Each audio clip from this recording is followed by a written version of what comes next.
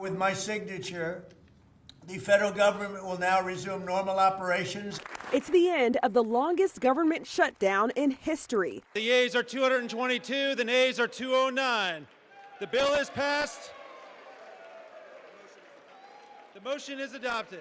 But going into the vote, some House Democrats slammed the bill. I think it is a raw deal for the American people. The deal to end the shutdown includes job restoration for thousands of federal workers fired during the shutdown, back pay for furloughed workers, protections against mass federal layoffs through the end of the fiscal year, and funding SNAP benefits through the 2026 fiscal year. But it's what the bill doesn't include that is getting the most reaction, an extension of the Enhanced Affordable Care Act subsidies, which millions of Americans rely on. They're set to expire at the end of the year.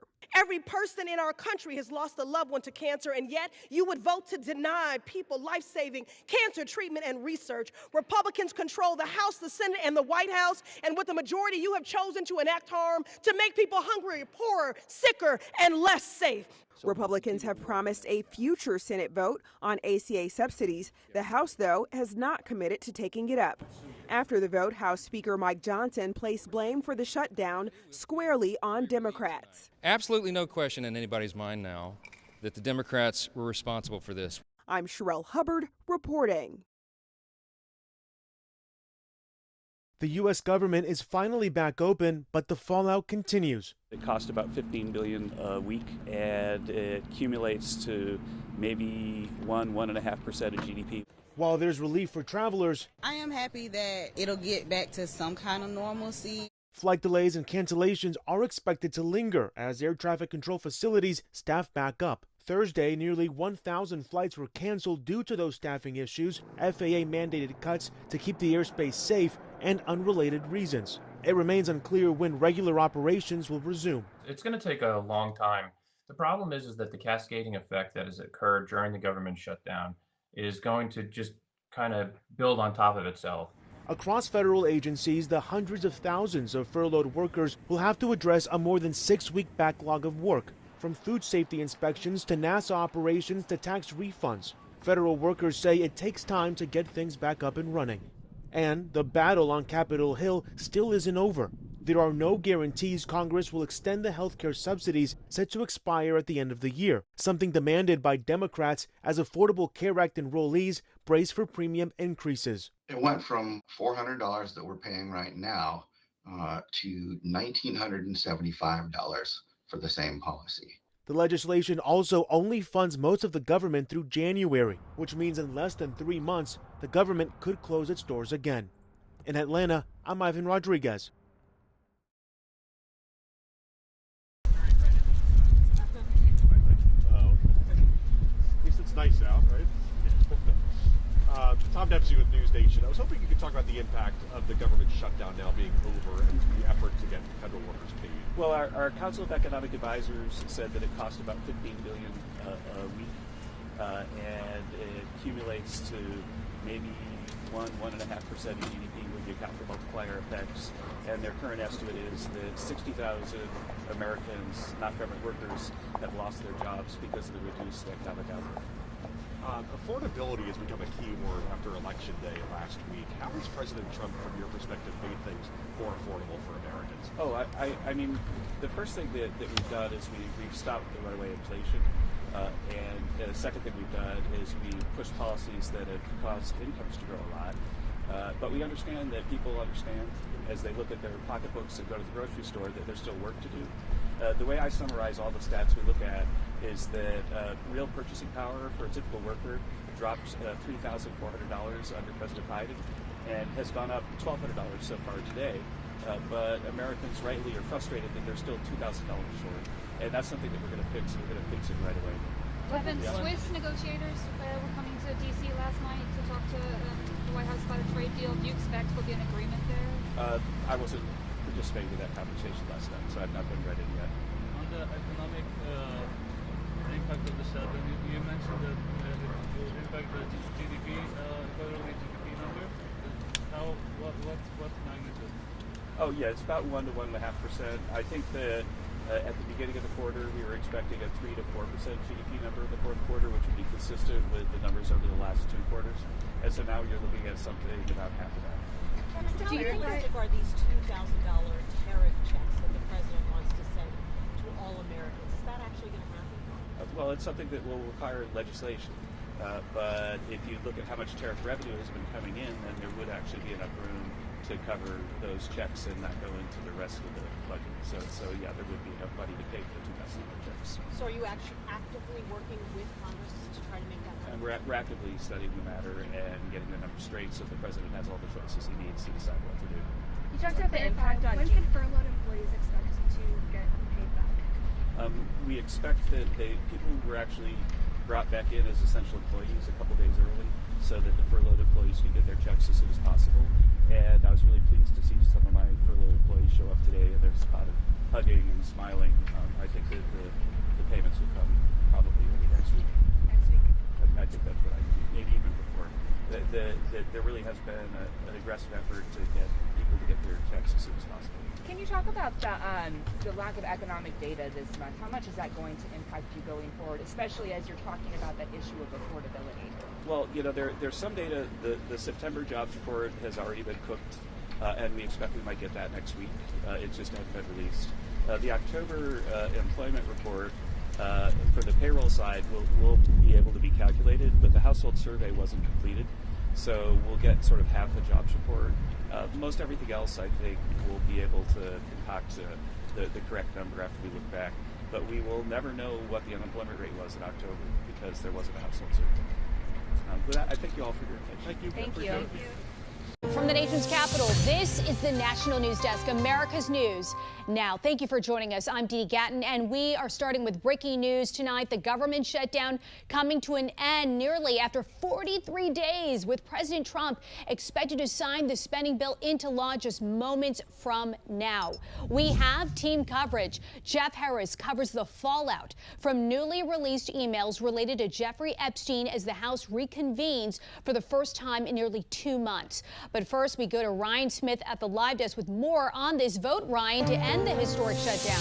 Yeah, that critical vote coming in late tonight, just about 90 minutes ago. And again, President Trump plans to act quickly tonight. We are waiting for him at the White House to sign that funding bill into law really at any moment now. And remember, this was the first time the House was in session in nearly 2 months, backwards till September 19th, you'd have to go. Similar to what we saw play out on the Senate side, there was a Democratic division tonight.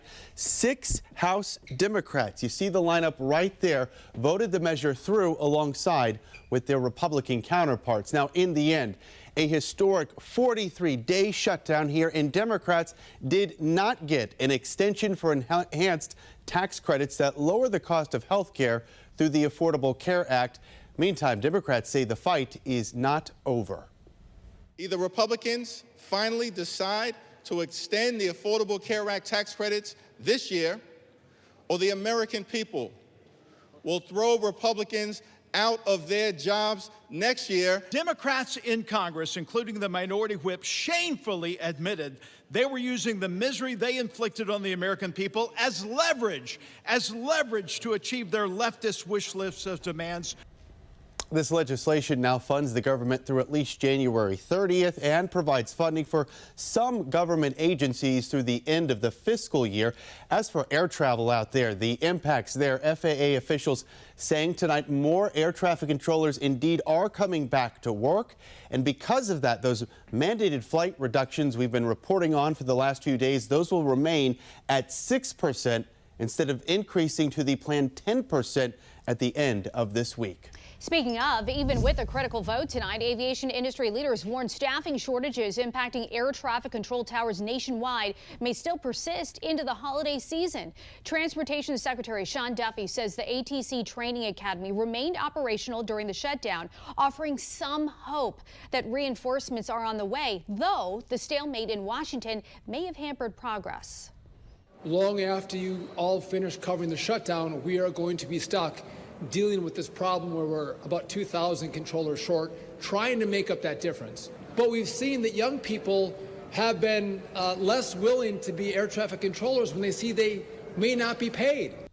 Duffy says air traffic controllers should expect to receive their back pay within 24 to 48 hours of President Trump's signing of the funding. I'm Matt Gelka in Washington. Some of President Donald Trump's most loyal and vocal supporters are wondering why he made comments about bringing in foreign workers for skilled jobs. While the Trump administration continues an ongoing immigration crackdown, the president went out of his way to defend the H-1B visa program, which allows employers to hire specialized foreign workers. You also do have to bring in talent. When we a have country plenty of talented people no, here. You don't. No, you don't. We don't have talented people here? No, you don't have certain talents, and people have to learn.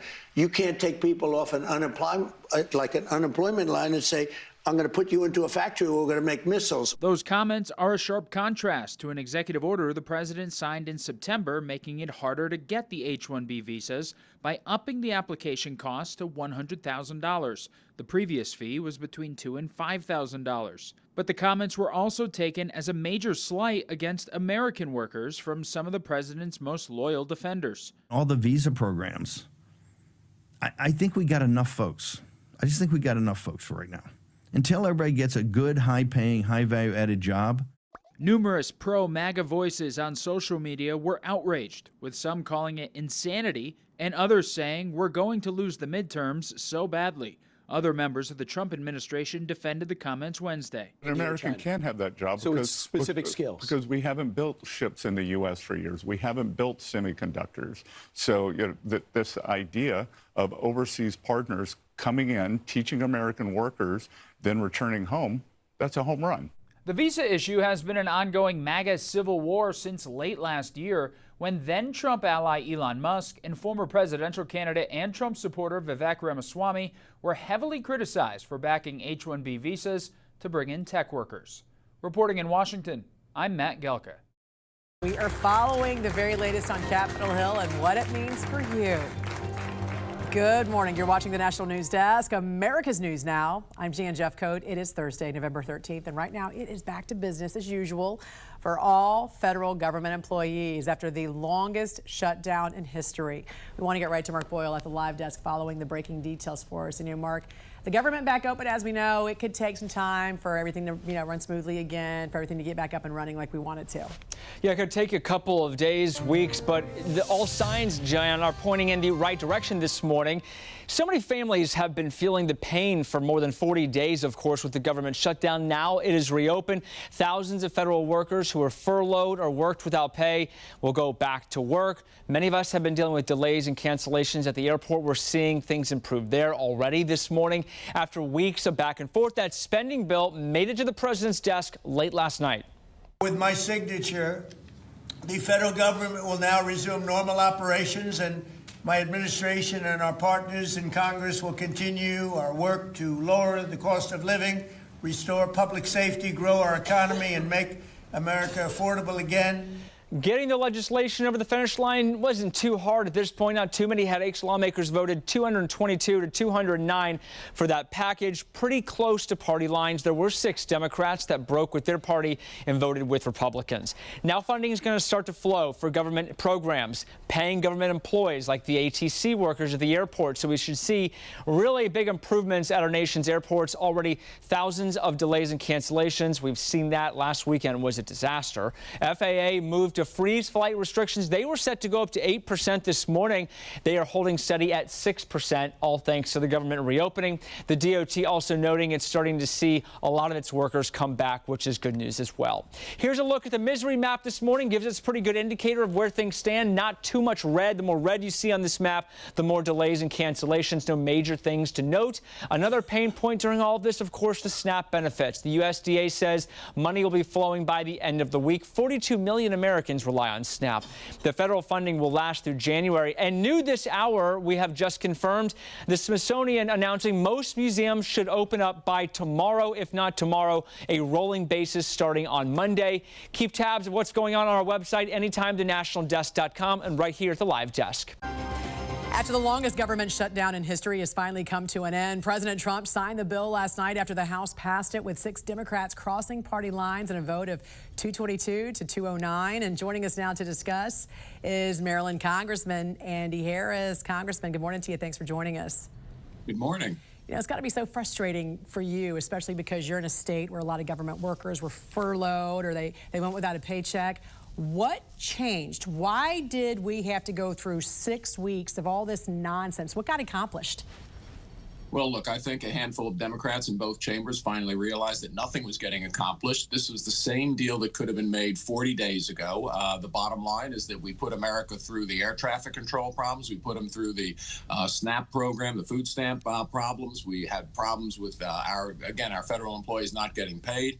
There was no need to do this. So fortunately, a small, rational group of Democrats joined the Republicans to get it out of the Senate. And then last night, we could have done it with only Republican votes, but actually were a handful of Democrats who agreed with us. It was time to end the government shutdown. Yeah, how soon can those government employees, along with military members, air traffic controllers, how soon can they expect to get their paychecks? What are the next steps?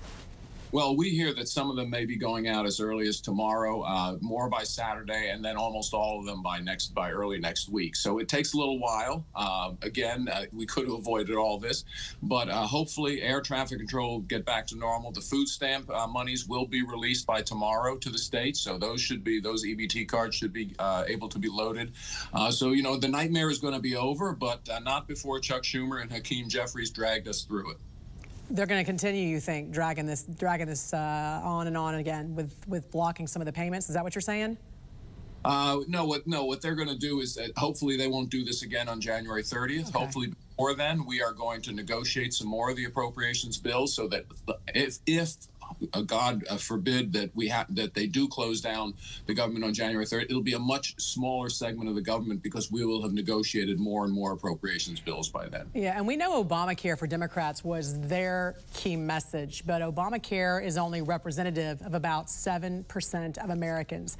We all need relief from these health care premiums. You say we need free market solutions that bring down the cost of health care for every American. What does that look like?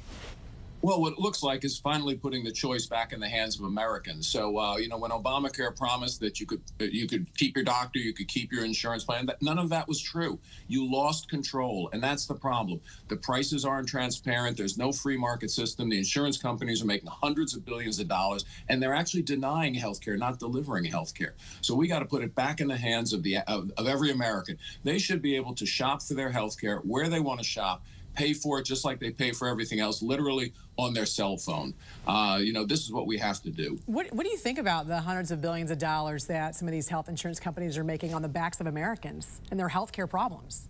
Yeah, look, it's lose-lose for Americans. The taxpayer has to pay these hundreds of billions of dollars, and if they were delivering the care, that's all right, but we look at the satisfaction scores of these plans. People are not satisfied. They have high deductibles, high copays, can't choose their doctor.